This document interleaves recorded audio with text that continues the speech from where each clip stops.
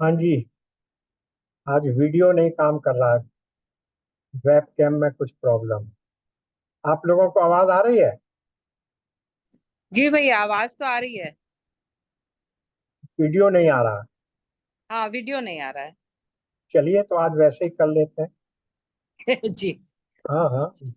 मैं भी तो बगैर वीडियो के करता हूँ रोज। हाँ। ठीक कह रहे कितनों का हैं। वीडियो देखता है, एक या दो का? हाँ, ठीक है, ठीक है। चलिए। जी। जी। प्रारंभ करते हैं। कृष्णाय वासुदेवाय हरये परमात्मने प्रणतक्लेशनाशाय गोविंदाय नमो नमः। गोविंदाय नमो नमः। गुरुर्ब्रह्मा गुरुर्विष्णु गुरुर्देवो महेश्वरः गुरु साक्षात् परब्रह्म तस्मै श्री गुरवे नमः। श्री गुरवे नमः।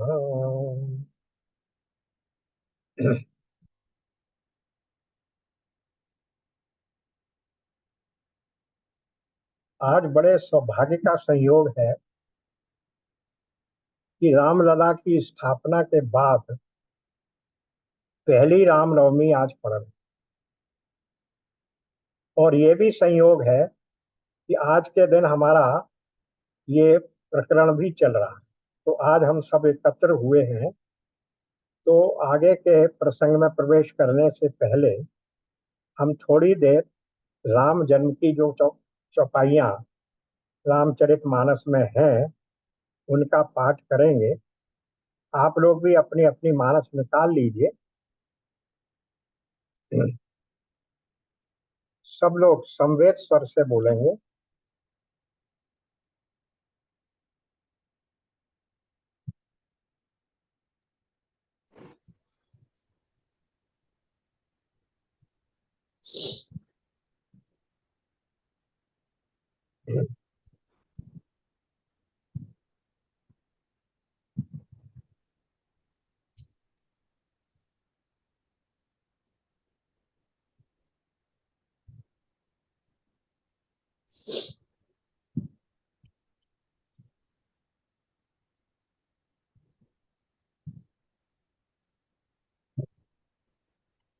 जय श्री राम। जय श्री राम। भय प्रकट कृपाला दीन दयाला कौसल्या हितकारी हर्षित महतारी मुनि मनहारी अद्भुत रूप विचारी लोचन अभिरामा तनु घन श्यामा निज आयुध भुजचारी भूषण बनमाला नयन विशाला शोभा सिंधु खरारी भय प्रगट कृपाला दीन दयाला कौसल्या हितकारी कह दुई कर जोरी स्तुति तोरी केहि विधि करो अनंता माया गुण ज्ञानातीत अमाना वेद पुराण बनंता करुणा सुख सागर सब गुण आगर यही गावहि सुत संता सो मम हित लागी जन अनुरागी भयं प्रगट श्री कंता भय प्रगट कृपाला दीन दयाला कौसल्या हितकारी ब्रह्मांड निकाया निर्मित माया रोम रोम पति वेद कहे मम उर्सो वासी य उपहासी सुनत धीर मति थिर न रहे उपजा जब ज्ञाना प्रभु मुस्काना चरित बहुत बिन कीन चहे कही कथा सुहाई मात बुझाई जे प्रकार सुत प्रेम लय माता पुनि बोली सोमति डोली तजहु तात यह रूपा की जैसे सुलीला अति प्रिय शीला ये सुख परम अनूपा सुनि वचन सुजाना रोदन ठाना हुई बालक सुर भूपा ये चरित जय गावहीं हरिपद पावहीं ते न परहि भव कूपा भय प्रगट कृपाला दीन दयाला कौशल्या हितकारी हर्षित महतारी पुण्य मनहारी अद्भुत रूप विचारी। बोल श्री भगवान रामचंद्र की जय।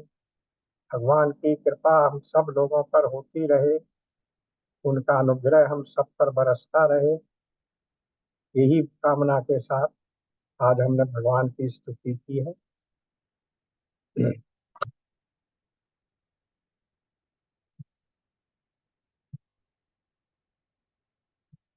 अब वहीं अपने प्रसंग पर आ जाते हैं। मुंडक उपनिषद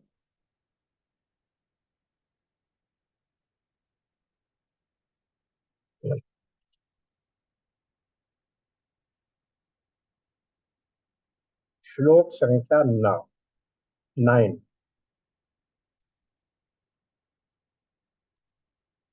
तीसरी मुंडक खंड 2 श्लोक संख्या 9।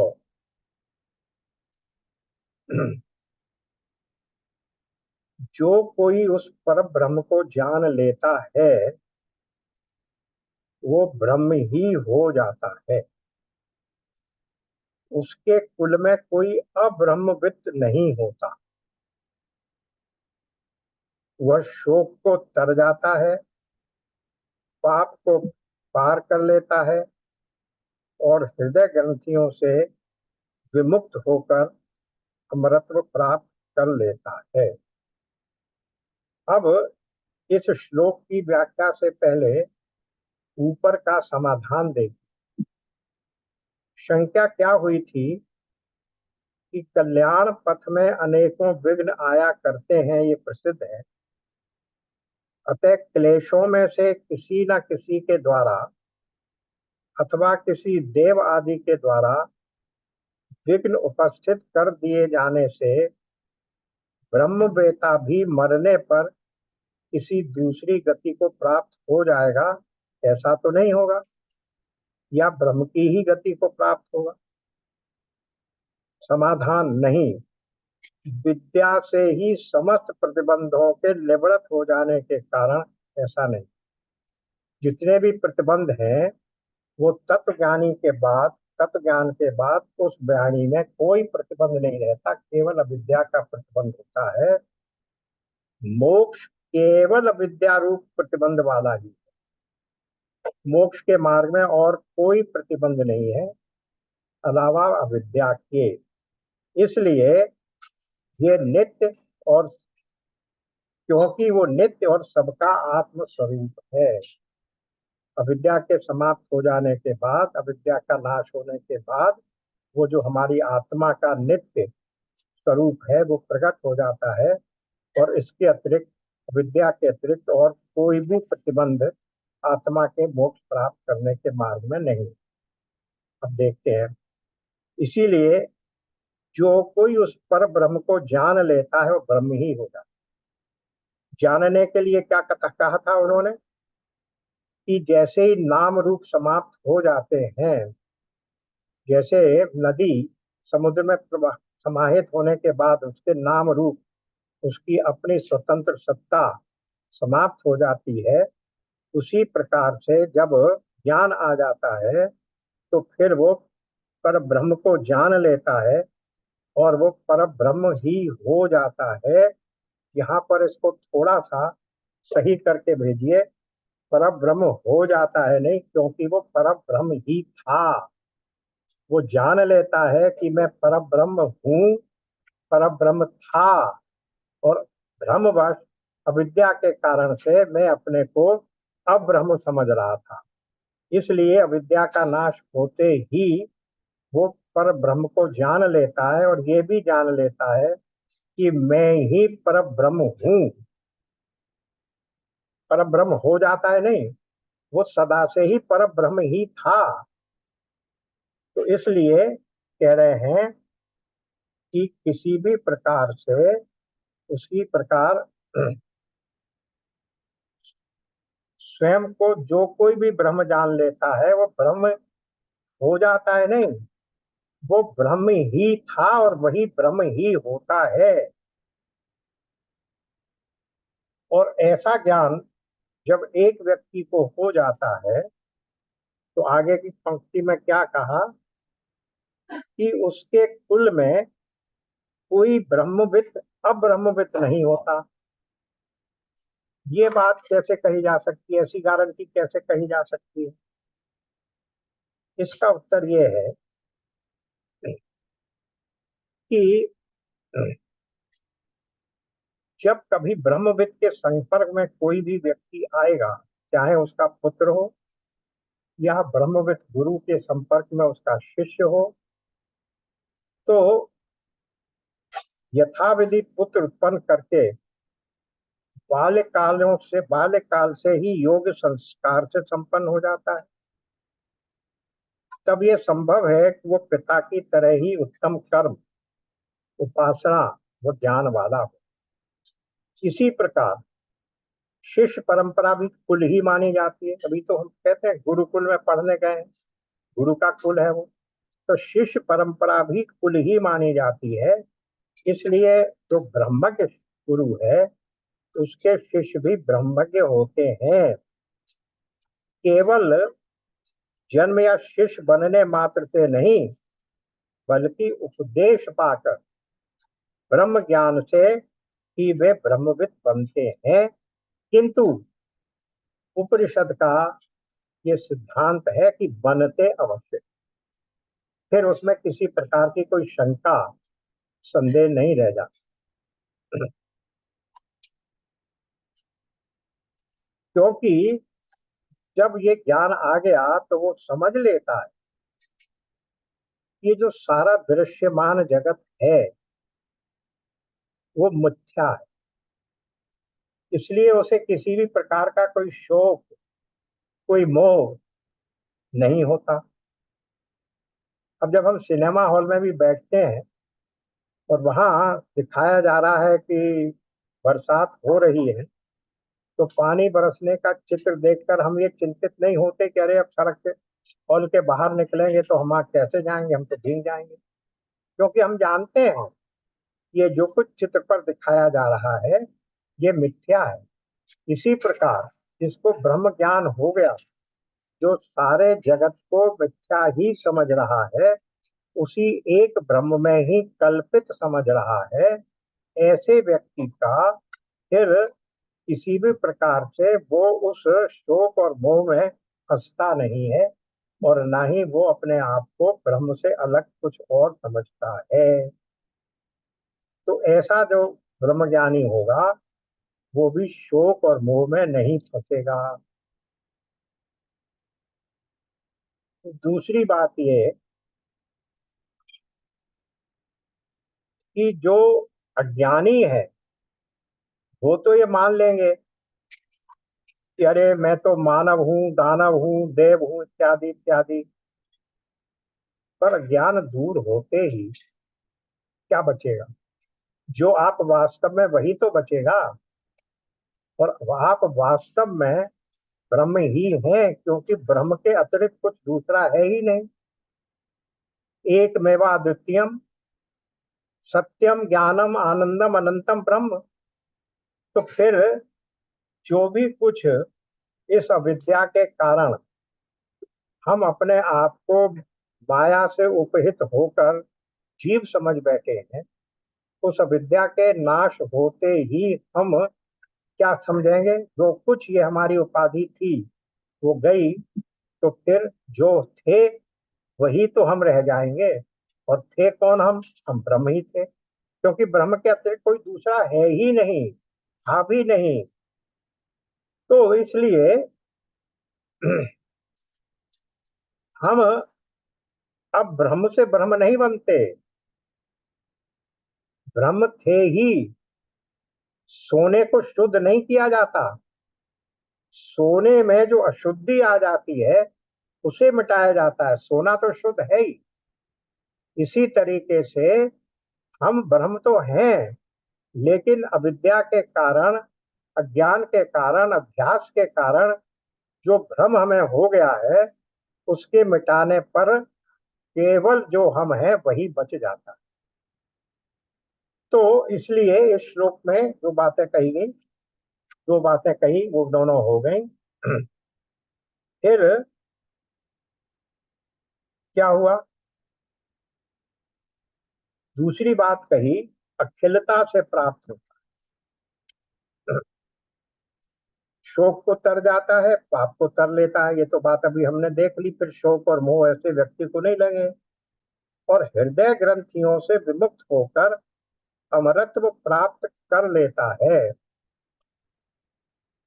तो अमरत्व प्राप्त करने की बात कहाँ आई?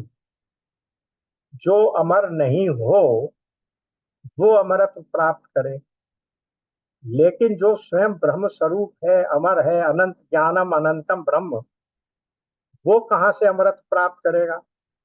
अर्थ उसका यही है कि वो उस अपने ब्रह्म स्वरूप को समझ लेता है कि मैं अमर अमर अनंत आनंद स्वरूप ज्ञान स्वरूप ब्रह्म हूँ।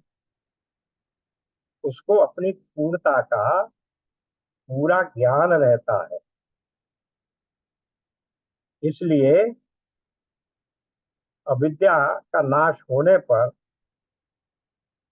प्रारब्ध और उसके निर्वाह का नाश होने पर, वो व्यक्ति क्या बनता है? अखिलता। अखिलता कहते हैं पूर्णता को। तो पूर्णता को प्राप्त हो जाता है, और जब पूर्ण है तो उसका नाश नहीं किया जा सकता। गीता के दूसरे अध्याय में कितनी उसने विस्तार से बताया कि आत्मा का नाश नहीं हो सकता। तो इसलिए ये कहा ना कि अमृत को प्राप्त कर लेता है, नहीं, वो अपने अमृत तत्व को समझ लेता है। उसको इस बात का भान हो जाता है कि मैं अमरत्व हूँ, अमर तत्व हूँ, मेरा नाश नहीं हो सकता। ये बात भी वो समझ लेता है। पर ये सब होता कब है? होता है अविद्या का नाश होने के बाद ही। इस प्रकार से इस श्लोक में ब्रह्म विद्या और उसका फल एवं महत्व समझा दिया गया। अब फिर इसके बाद क्या आया? 10वां श्लोक। अब ये 10 और 11वां श्लोक ये है कि ये जो ब्रह्म विद्या का ज्ञान दिया गया, निरूपण किया गया, उस ब्रह्म विद्या का अधिकारी कौन?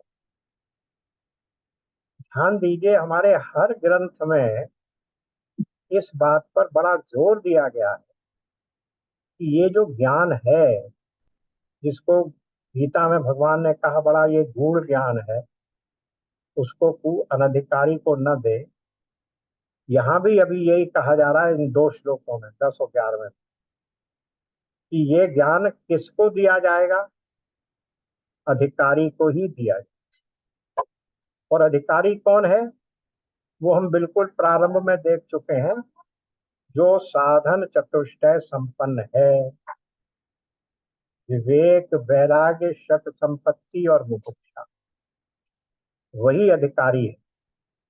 उससे कम वाले को तो ये ज्ञान समझ में भी नहीं आएगा, क्योंकि उसके लिए, उस इस ज्ञान को समझने के लिए जिस बैकग्राउंड की, जिस तैयारी की आवश्यकता है, वो सब उसको समझ में ही नहीं आएगी जब तक उसने साधन चतुष्टय से अपने शरीर, अपने अंतःकरण को पवित्र और एकाग्र न कर लिया। इसलिए यहाँ क्या कह रहे हैं, देखिए,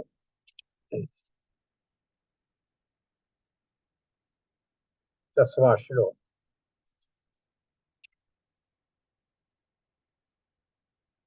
तदनंतर अब ब्रह्म विद्या प्रदान की विधि का प्रदर्शन करते हुए इस ग्रंथ का उपसंहार किया जाता है।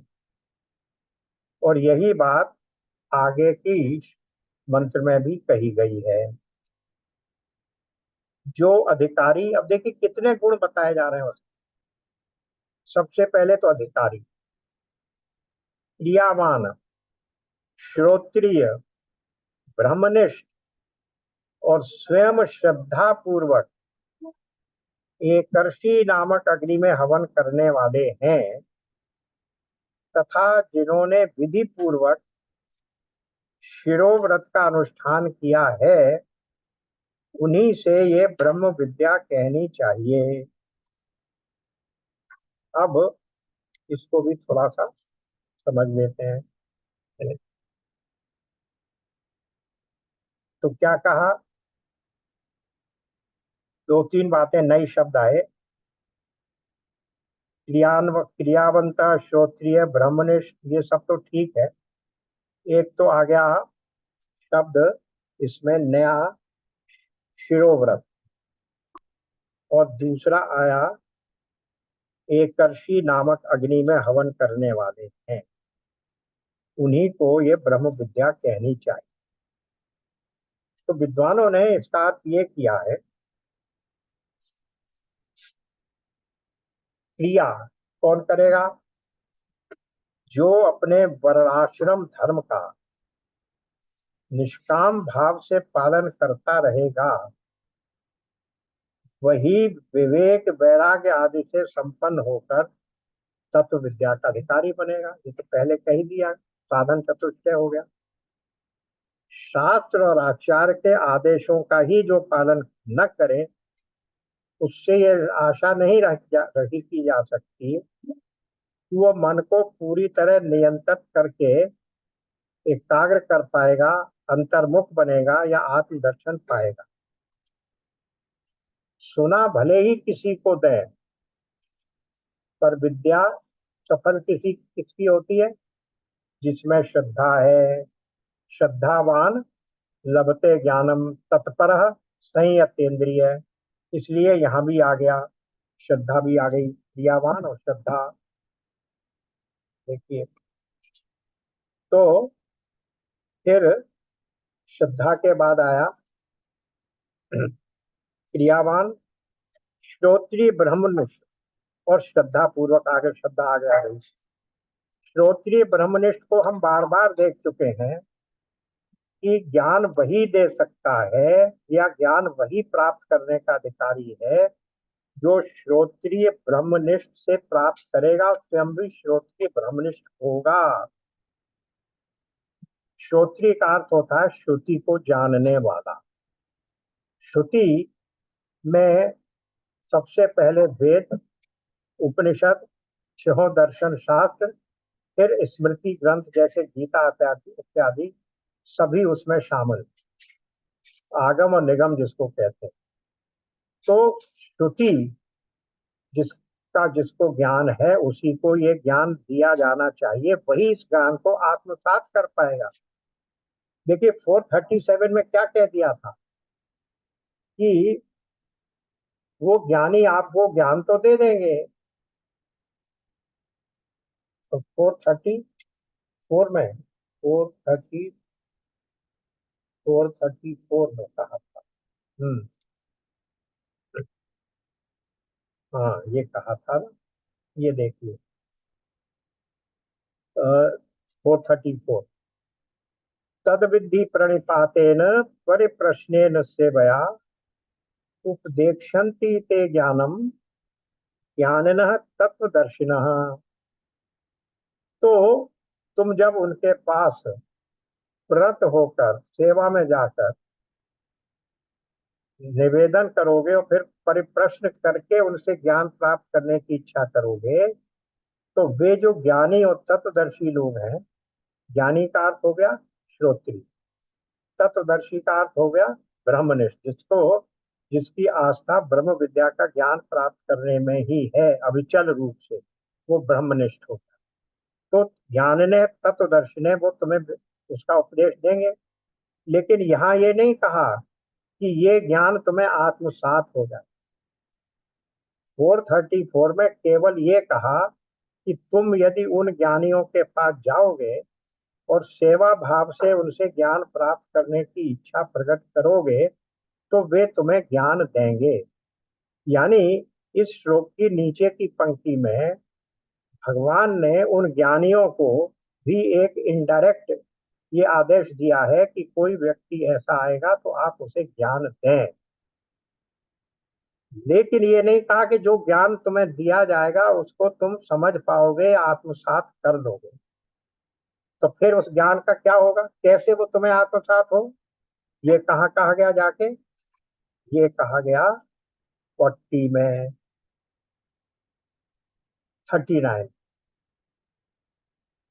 श्रद्धावान लभते ज्ञानम, वो ज्ञान जो तुमने ज्ञानिन तत्वदर्शियों से प्राप्त किया, वो तुम्हें पचेगा कब, तुम्हारे आचरण में कब उतरेगा, तब उसे तुम पूरी तौर से समझ कब पाओगे? केवल सुनने मात्र से नहीं, जब श्रद्धावान होकर जितेंद्रिय साधन परायण और श्रद्धावान मनुष्य ज्ञान को प्राप्त होता है, केवल सुनने मात्र से नहीं। तो जब ऐसा हो जाता है तब वो तत्काल ही भगवत प्राप्ति रूप परम शांति को प्राप्त हो जाता है। क्योंकि अभी अभी हम मुंडक में पढ़ रहे हैं कि जैसे ही अविद्या का नाश हुआ, ज्ञान प्राप्त हुआ, तो आप ब्रह्म ही हो गए, क्योंकि आप ब्रह्म ही थे। अविद्या के कारण ही अपने को अब्रह्म समझ रहे थे, जीव समझ रहे थे। तो इस प्रकार से यहाँ भी यही बात कही जा रही है कि किस किस को ज्ञान ज्ञान दिया जाना चाहिए। वर्णाश्रम धर्म से उनको जो निष्काम है, अधिकारी हैं साधन चतुष्टय से, उनको ध्यान दिया जाना चाहिए। और सुना भले ही किसी को दे, पर विद्या सफल उसी की हो, इसमें श्रद्धा है और जो क्रियावान है। श्रद्धावान लभते ज्ञानम अधूरा वाक्य है। तत्पर संयतेंद्रिय, तब तीनों जब शर्तें पूरी होंगी तब वो ज्ञान आपको पचेगा। फिर इसके बाद अब ये दो बातें आई। एक है एकर्षी अग्नि और शिरोव्रत। इसको बताया कि ये जो अधर्व वेद में बताई हुई क्रिया है, ये एक कर्म कांड है अथर्व वेद का।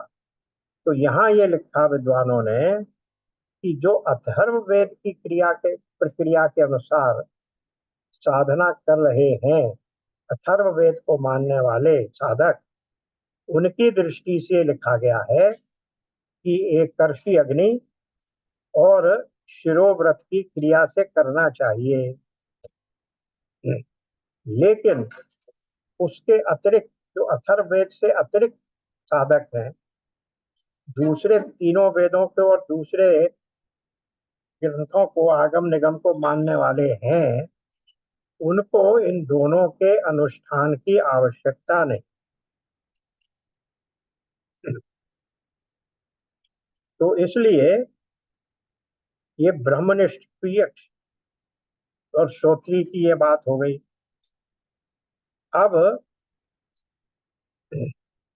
यहां भी इसकी व्याख्या में यही बताया है, ऐसा साधक जो श्रोत्रिय ब्रह्मनिष्ठ है और इतनी विद्या, इतनी क्वालिफिकेशन जिसमें है, वो अगर शास्त्रोक्त ढंग से विद्या लेने आए तो विद्वान उसे कभी मना न करे, उसे अवश्य उपदेश दे। क्यों दे? ऐसा नहीं कि उपदेश नहीं देगा तो पाप लगेगा, वरन इसलिए दे कि उपदेश देकर उस व्यक्ति का कल्याण करना तेरा कर्तव्य है, तेरे लिए शोभनीय है। और वैसे भी शास्त्र की परंपरा को चलाए रखने के लिए भी आवश्यक है कि ये उपदेश पीढ़ी दर पीढ़ी देते रहा जाए।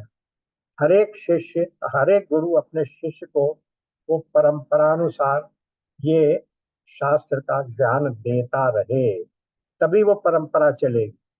इसलिए इस शास्त्र की परंपरा को चलाए रखने के लिए भी ये आवश्यक है कि ऐसा जो भगवान ने आदेश दिया, उपनिषद ने जो आदेश दिया कि वो विद्वान अवश्य उपदेश करे, वो इसलिए भी जरूरी है कि वरना शास्त्र परंपरा लुप्त हो जाए।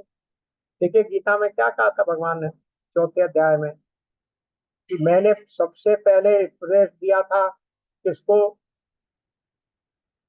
सविता को, यानी सूर्य को, विवस्वान को, मैंने इस अविनाशी योग को सूर्य से कहा था, सूर्य ने अपने पुत्र वैवस्वत मनु से कहा, और मनु ने अपने पुत्र राजा इक्ष्वाकु से कहा।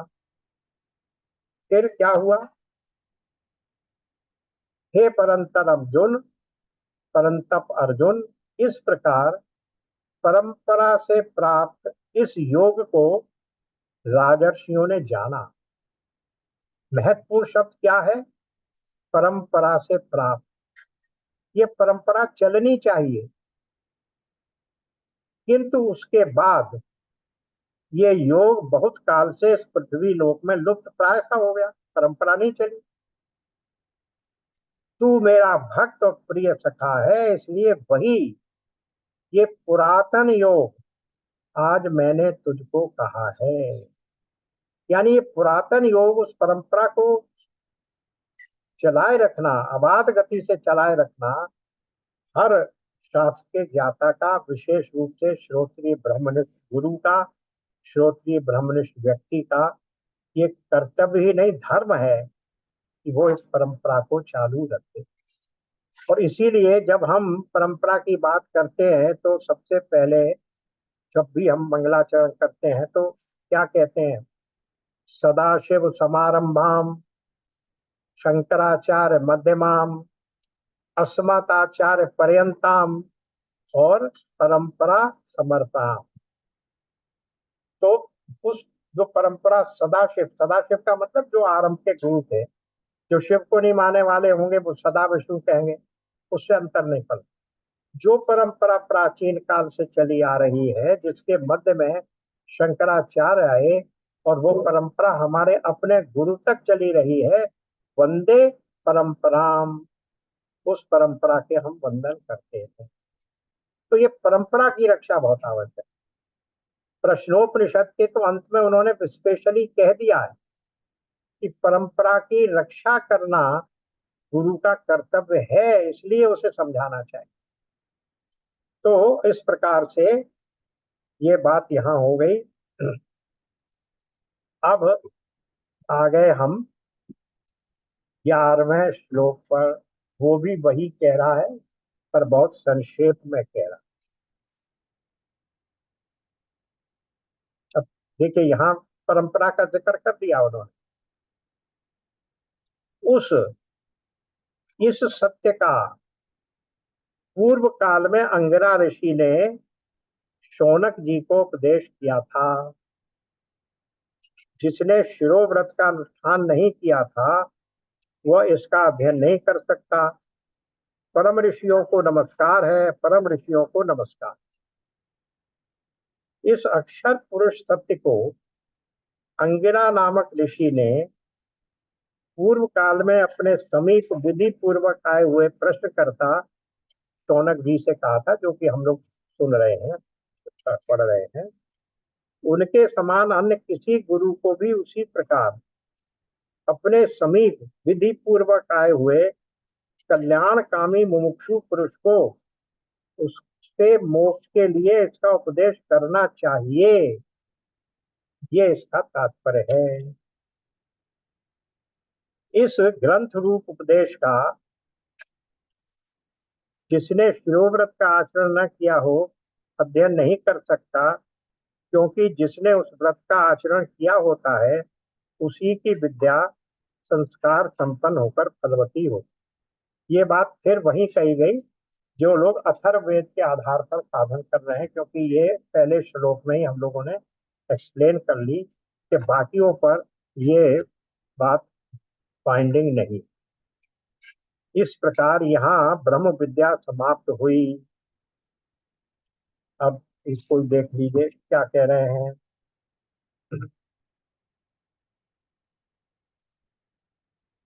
अंत में इस विद्या की गुरु परंपरा का स्मरण करते, आचार्य परंपरा को याद करना भी चित्त की शुद्धि का उपाय है।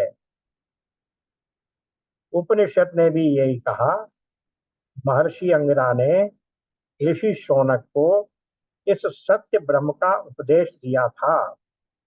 ब्रह्मवेताओं को प्रणाम करके ब्रह्म विद्या ग्रहण करनी चाहिए। गुरु परंपरा का स्मरण और ब्रह्मवेताओं को नमन, ये दोनों चित्त शोधन के साधन है। नमस्कार स्वयं यज्ञ माना गया है। जिससे उपदेश दे रहे हों उसे प्रणाम करके तब उपदेश सुने, ये शिष्टाचार तो है ही। तो इस प्रकार से ये मुंडक उपनिषद आज पूरा। अब कुछ और बातें हैं। आगे हम कठोपनिषद शुरू करेंगे। कठोपनिषद बहुत विस्तृत ग्रंथ है, पर उसमें भूमिका ये है कि उसमें यमराज, जब शुरू करेंगे तब पूरी बैकग्राउंड आ जाएगी। नचिकेता जो उनके पास शिष्य बनकर आया है, जिसको उसके पिता ने यम को सौंप दिया था, उसको 3 वरदान देते हैं। उन 2 वरदानों में तो वो उसको कहते हैं कि तू भौतिक जगत की और स्वर्गलोक की जो भी वस्तु मांगना चाहता हो तू मांग, पर तू मुझसे इस ब्रह्म ज्ञान को जानने की बात मत। पर नचिकेता उनके किसी भी लोभ और लालच में नहीं, वो अपनी बात पर दृढ़ रहता है कि नहीं, मुझे इनमें से किसी भी ज्ञान की, किसी भी वस्तु की आवश्यकता नहीं है। ना मुझे अमरता चाहिए, ना मुझे भोग चाहिए, ना मुझे ऐश्वर्य चाहिए, ना मुझे अनेकों स्त्रियां चाहिए। आप तो मुझे केवल वो ज्ञान दीजिए जिसको मैं चाहता हूँ। उसकी इस दृढ़ता को देखकर, यानी एक्चुअली वो उसको दे नहीं रहे थे, वो उसकी दृढ़ता की परीक्षा कर रहे थे कि ये जो चाह रहा है और इतनी छोटी आयु में वो ब्रह्म ज्ञान को प्राप्त करना चाह रहा है, उसमें कितनी दृढ़ता है। लोभ लालच आने पर ऐसा तो नहीं है कि फिर वो भटक जाएगा। तो जो कुछ उसको सांसारिक रूप में दिया जा सकता था वो सब उन्होंने ऑफर कर दिया। जब वो नहीं मानता है तब वो क्या कहते हैं स्वयं यमराज, तेरा जैसा शिष्य अगर मिल जाए तो गुरु भी अपने आप को धन्य समझे। और इसलिए अब मैं तुम्हें जो कुछ भी मुझे आता है वो तुम्हें बताऊंगा। इस प्रकार वो ब्रह्म ज्ञान की शिक्षा प्रारंभ होती है। हम लोग वहीं से प्रारंभ करें। पिछले वो काफी विस्तृत वर्णन है उन 2 वरदानों के, ये मांग ले वो मांग ले, उसने ये किया वो किया। फिर उन्होंने दृढ़ता हो गई तो एक और वर दे दिया कि तू एक चौथा वर भी मांग ले मुझसे, ये वगैरह वगैरह। उनकी एक संक्षेप में बैकग्राउंड बता के कि ये कैसे कैसे हुआ, हम लोग आगे बढ़ेंगे। लेकिन मुख्य रूप से जो चर्चा करेंगे, जो व्याख्या करेंगे, वो उसी की करेंगे जिसमें ब्रह्म ज्ञान की व्याख्या की गई। क्योंकि हम लोग ब्रह्म ज्ञान ही करते चले आ रहे। ईशावास किया, प्रश्नोपनिषद किया, आज मुंडक भी पूरा कर लिया, तो उसी में लगेंगे। इससे इतना बैकग्राउंड बनने के बाद वो कठोपनिषद आसानी से और समझ में भी आता जाएगा।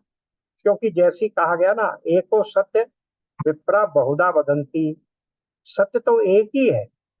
उसी सत्य को विद्वान लोग अलग अलग रूपों में, अलग अलग प्रसंग में, अलग अलग उदाहरणों से कह देते। तो सत्य तो वही है जो अभी हमने प्रश्न में पढ़ा, जो हमने ईशावास्य में पढ़ा, जो अभी हमने मुंडक में पढ़ा। सत्य तो वही है कि ब्रह्म एक है, ब्रह्म के अतिरिक्त और कुछ है नहीं। उसी की प्राप्ति, उसी को समझना, उसको प्राप्ति नहीं, अपने आप को वही ब्रह्म समझना। क्योंकि हम भी ब्रह्म है, क्योंकि ब्रह्म के अतिरिक्त कुछ है ही नहीं, यही तो मुक्त समझना है। तो इसलिए सब में वही बात है, कठोपनिषद में भी वही बात। तो इसको इसी धारा को कंटिन्यू करते हुए, इसी सिद्धांत को आगे बढ़ाते हुए हम कठोपनिषद में प्रवेश करेंगे। अब इसके साथ एक और बात, अभी तक हम लोग सप्ताह में 2 दिन मानस और 2 दिन उपनिषद करते हैं। लेकिन कुछ थोड़ा सा जैसे जैसे धीरे धीरे आयु बढ़ रही है, थोड़ा फटीक ज्यादा हो जाती है 2 दिन की तैयारी। क्योंकि बगैर तैयारी के मैं कुछ भी नहीं करता। और तैयारी, और ऐसे वो भी ऐसे गंभीर विषय, तो आगे से हम केवल एक दिन, सप्ताह में एक दिन उपनिषद करेंगे। और जब मानस पूरा हो जाएगा तो उसके बाद जो भी कोई दूसरा भक्ति संबंधी ग्रंथ पकड़ेंगे वो भी एक दिन ही करें। चाहे श्रीमद् भागवत के कुछ प्रकरण लें या कोई दूसरा और रसिकों वाला ग्रंथ लें, भक्ति रस वाला, लेकिन उसको करेंगे और वो भी एक ही दिन करेंगे। इससे मुझे थोड़ा सा वो भी मिल जाएगा निधि, और मेरा अपना स्वाध्याय भी थोड़ा आगे बढ़ जाएगा, क्योंकि अब उतना जल्दी गेटअप हो दिमाग में उतना स्थिर नहीं होता। जो बात मैं पहले एक घंटे में पूरा पढ़ लेता था उसके लिए मुझे टाइम ज्यादा लग जाता, तो उतने को ग्रास्प करने के लिए थोड़ा समय भी चाहिए। तो अपनी सारी दुविधा समझा कर आप हम इसी राय में चलेंगे, लेकिन ये क्रम चलते रहना चाहिए। इसलिए एक ही दिन करें लेकिन क्रम टूटना नहीं चाहिए। आज इसी का प्रोग्राम लेते हैं। ओम पूर्णमदः पूर्णमदम पूर्णात् पूर्णमुदच्यते पूर्णस्य पूर्णमादाय पूर्णमेवावशिष्यते। ओम शांति शांति शांति। नारायण नारायण। नारायण राधे नारायण। राधे। राधे राधे। सबको नमस्कार। सबको जय श्री नमस्कार। जय वेनेसडे को क्लास